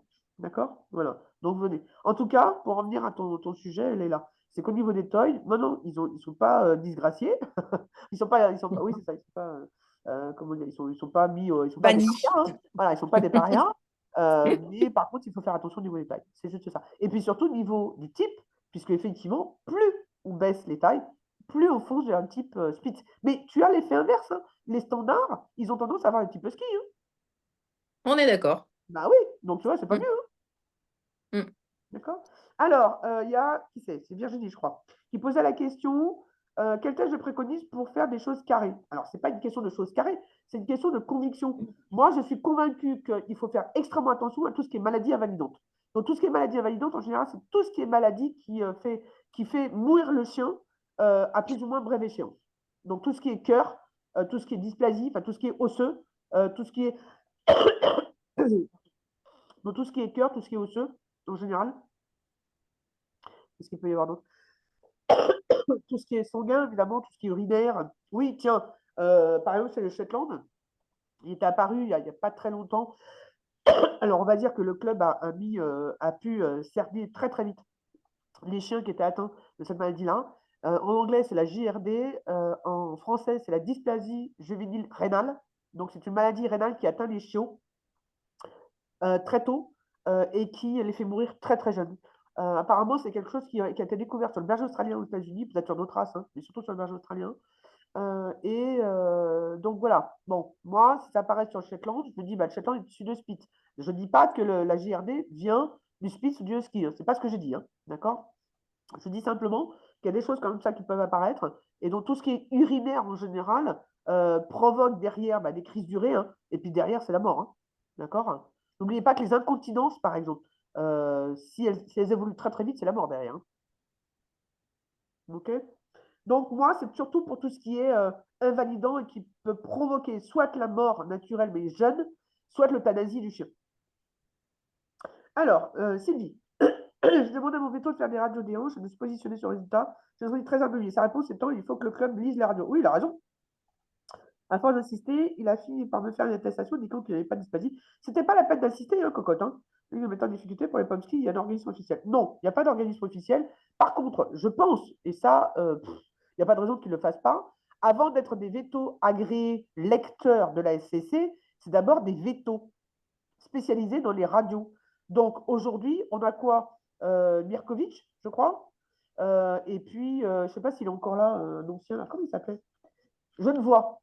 Bon, après, il y en a d'autres. Et puis, il suffit à la limite de voir au niveau peut-être de la SCC, de voir la liste des vétos agréés. Ça peut être ça. Ça peut être aussi, pourquoi pas, des vétos spécialisés dans tout ce qui est osseux, dans tout ce qui est radio, etc. Il n'y a pas de raison. Ils sont vétos, les mecs, hein. Oui, tout à fait, Marino, il faut respecter le standard et surtout en toy, parce que ça va être le plus difficile. Dans le sud-ouest, ouais, c'est prévu. C'est prévu, Virginie, parce qu'on a plusieurs personnes qui demandent et j'ai quelqu'un, un ami à moi, qui est dans le 46, je crois, et qui m'a dit qu'il pouvait me prêter des terrains. Il organise des expos tous les ans pour la race qu'il élève, et parce qu'il est vice-président de son club, il m'a dit si on veut, on peut. Donc oui, Virginie, oui, c'est prévu. En Moselle, oui, c'est prévu aussi parce que, comment dire, notre secrétaire, Estelle, elle habite dans le 70. Donc, elle n'est pas très loin, donc elle peut organiser quelque chose chez elle. L'OFA, très bien sûr. L'OFA, c'est le lecteur neutre par excellence, bien sûr. Et lui, il ne s'occupe pas de savoir si c'est de race ou si c'est pas de race, hein. Tout à fait, Marino. Tu as bien fait de le mentionner parce que j'y pensais même plus. Tout à fait. L'OFA. Ok, les radios. Sud-Est, oui, on a quelqu'un qui est dans le 13 et qui peut nous prêter une salle. Une salle et même un terrain, tout ce qu'on veut. Ah, génial, Virginie. Bah, c'est top. Bah, oui, mais alors, manifeste-toi parce que tu vois, toutes les semaines, je mets un post dans le groupe en disant les gens, est-ce que vous voulez être délégués? Est-ce que vous voulez nous aider, etc. Il n'y a personne qui répond.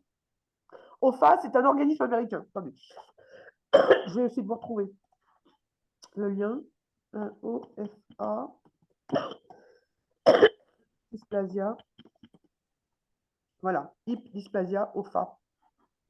Voilà. Hop, c'est l'organisme. Où est-ce que vous êtes? Excusez-moi, j'ai une toux colossale. Où est-ce qu'il est le bazar là? Hop, regardez dans le chat. Hop, je vous mets le lien. C'est un organisme en fait qui est indépendant, qui est aux États-Unis et qui fait les lectures de radio. Il y a beaucoup d'éleveurs ou de propriétaires, peu importe, d'autres races qui se méfient. Alors, c'est pas se méfier, mais je dirais qu'ils ne sont pas contents souvent des lectures, des lectures donc faites par des lecteurs français, qui ont un doute en fait là-dessus et qui du coup le font faire par l'OFA, justement. Oui, Estelle, c'est shoot, c'est ça? Pourquoi tu as Estelle Pomsky? C'est quoi, Boris? C'est quoi la question? Ok, très bien, 50 euros. Très bien. Ok, nickel. Bon, ben super. Bon, on a donné encore des infos, c'est génial. Je suis contente, moi. Voilà, c'est comme ça qu'on arrive à avancer, hein.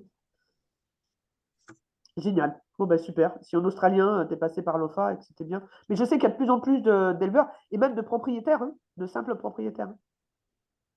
Ok, Virginie, pas de souci. De simples propriétaires, comment dire, eux-mêmes, et d'ailleurs, je pense qu'ils sont poussés par l'éleveur, hein, qui envoient leur radio à l'OFA, hein. Ah ouais, ils n'ont plus envie de se demander si ça va bien, ça va passer, pas passer, etc. Bon, après, je ne connais pas hein, les raisons hein, qu'il y aurait un problème de lecture.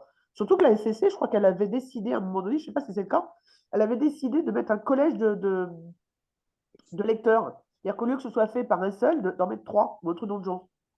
Je ne sais plus, hein. Je ne sais pas si c'est le cas. Donc, le chien est 2 ans. Ah, d'accord. Ok. Ouais, mais bon, après, ouais, 2 ans, oui, pourquoi pas. Ouais, pourquoi pas, ouais, 2 ans. Ok. Bon, bah, limite, pourquoi. Après, 2 ans, c'est pas tard non plus, hein. C'est bien, hein. C'est bien. Alors, tu mets Boris ben, pour la secrétaire en Moselle. C'est quoi la question? C'est-à-dire que tu veux aider en Moselle, c'est ça? J'ai pas tout compris. Non, je posais la question si vous veniez aussi en Moselle Oui, et mais vous je avez te dis, la répondu, secrétaire, elle est dans le 70. voilà. Donc, C'est elle est pour pas ça que loin. je disais Estelle Pomsky. Non, non, ah, du tout, non, non. Ah, d'accord, ok. Non, non, c'est Estelle Faruche, la secrétaire de notre club. Ok.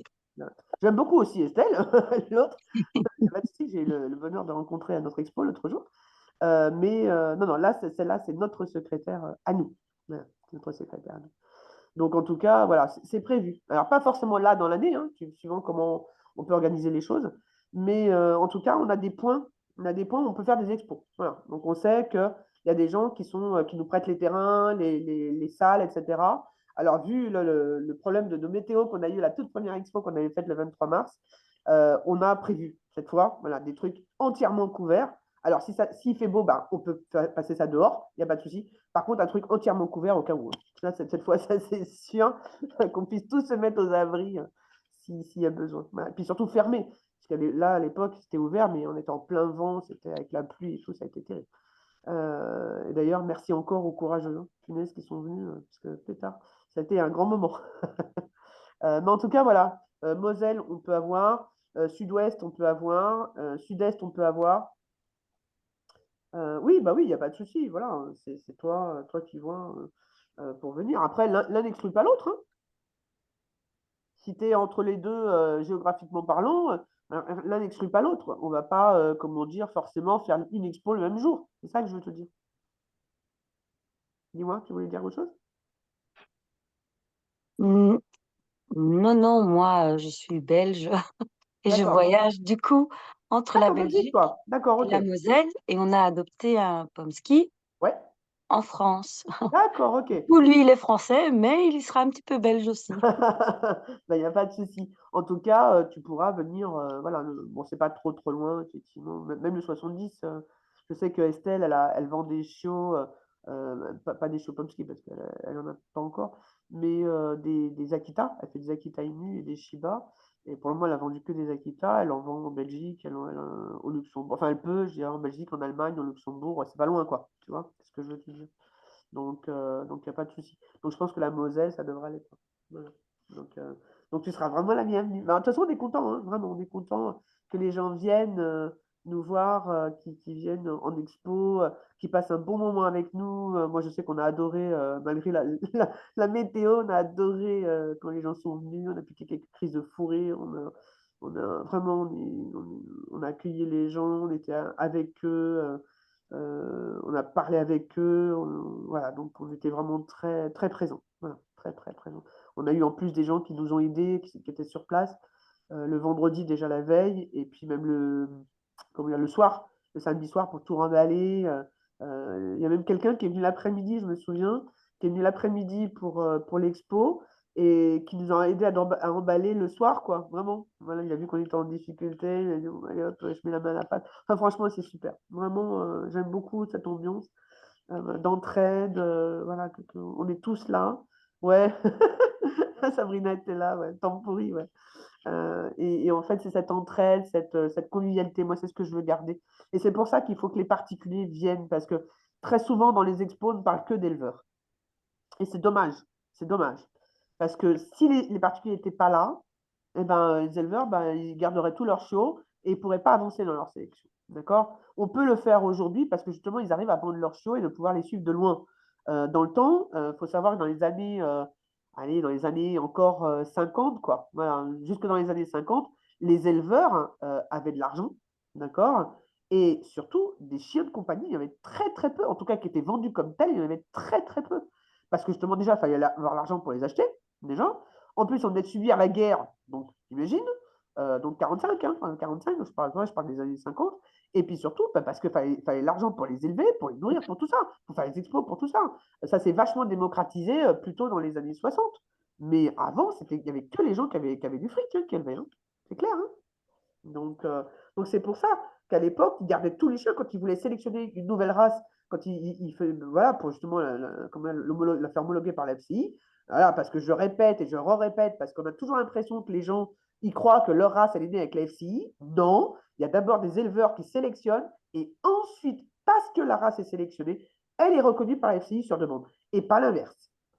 Et ça, je le répète, je ne sais pas combien de fois. Donc le Pomsky, en fait, il fait exactement ce que les autres ont fait hein, dans leur temps. Hein. Donc ils sélectionnent d'abord, ils ont un cheptel, donc on va voir le cheptel, comment ça va se passer, etc. Et ensuite, demander la reconnaissance officielle, justement, après avoir toutes ces études. Ça, enfin, je veux dire, ça ne se fait pas du jour au lendemain, quoi. C'est pas. Non, non. Enfin, voilà. Donc je le répète et je le répète parce que ça a du mal à être compris, ça. Surtout pour ceux qui ont des races officielles. Donc, en fait, voilà. Donc, ce qu'on veut aujourd'hui, ce qu'on voudrait en tout cas, ce qu'on souhaite, et c'est vraiment que les particuliers s'engagent avec nous dans cette sélection, dans cette reconnaissance, dans cette future reconnaissance de ce chien qui est absolument génial. Enfin, moi, je suis ébahi à chaque fois quand je vois des gens, comment ils en parlent. On fait des petits posts sur le groupe Association française du Pomsky, et on le voit. C'est hallucinant, hallucinant. Donc, ça, c'est bien. Voilà. Ok.